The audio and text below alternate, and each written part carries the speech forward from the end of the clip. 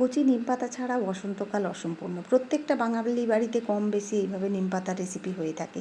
আমি নিমপাতা কীভাবে স্টোরেজ করতে হয় আগেই দেখিয়ে দিয়েছি। আজকে আমি একটা নিম বেগুনের রেসিপি শেয়ার করব, যেখানে আমি কিছু সরু সরু বেগুন ছোটো ছোটো করে কেটে নিয়েছি। বেশ খানিকটা লবণ দিয়ে হলুদ দিয়ে এটাকে প্রথমে ভালো করে মেখে নেবো। মেখে 2 থেকে 3 মিনিট সাইডে রেখে দেবো। এর থেকে একটু জল বেরিয়ে যাবে। এরপর গ্যাসে একটা কড়া বসিয়ে 2 চামচের মতো তেল দিয়ে আমি বেগুনগুলো তুলে দিলাম।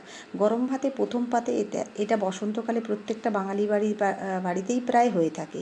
এবার বেগুনটা যখন অনেকটা সফট হয়ে যাবে, তারপরে এটাকে ভালো করে নেড়ে চেড়ে একটু ভাজা ভাজা করে নেব। দেখুন বেগুনটা আমার পুরো সফট হয়ে গেছে, দেখেই বোঝা যাচ্ছে। এটাকে নেড়ে চেড়ে 5 থেকে 7 মিনিট এইভাবে একটু নেড়ে চেড়ে ভেজে ভেজে নেবো, যাতে এর কালারটা ভালো করে চেঞ্জ হয়ে যায়। এরপর এতে আমি দেখুন ভেজে রাখা, আমি এইভাবেই স্টোরেজ করে রাখি। দেখুন আজ 8 দিন হয়ে গেছে, এখনও কত মুচমুচে আছে।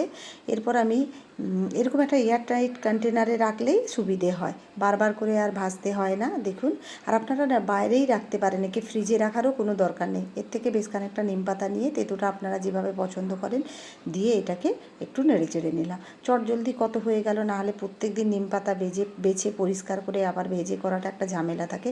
তো কেমন লাগলো আমার এই আইডিয়াটা? যদি ভালো লেগে থাকে অবশ্যই কমেন্ট করে জানাবেন, আর পারলে একটা লাইক দেবেন।